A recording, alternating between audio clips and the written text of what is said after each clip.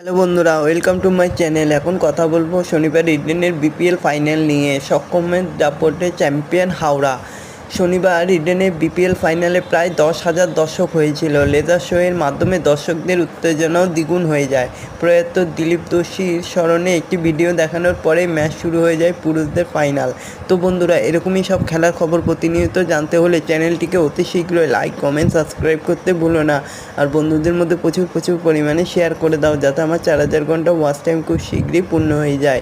চ্যানেলটিকে সাবস্ক্রাইব পূর্ণ করে দাও 1 মিলিয়ন, আর ভিডিওটাকেও ভাইরাল করে দাও।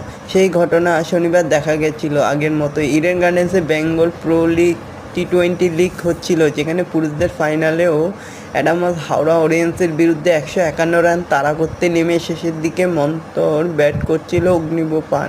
23 বলে 18 রান করার পর তাকে ডেকে নেওয়া হয়, যদিও তাতে শেষ রক্ষা হয়নি।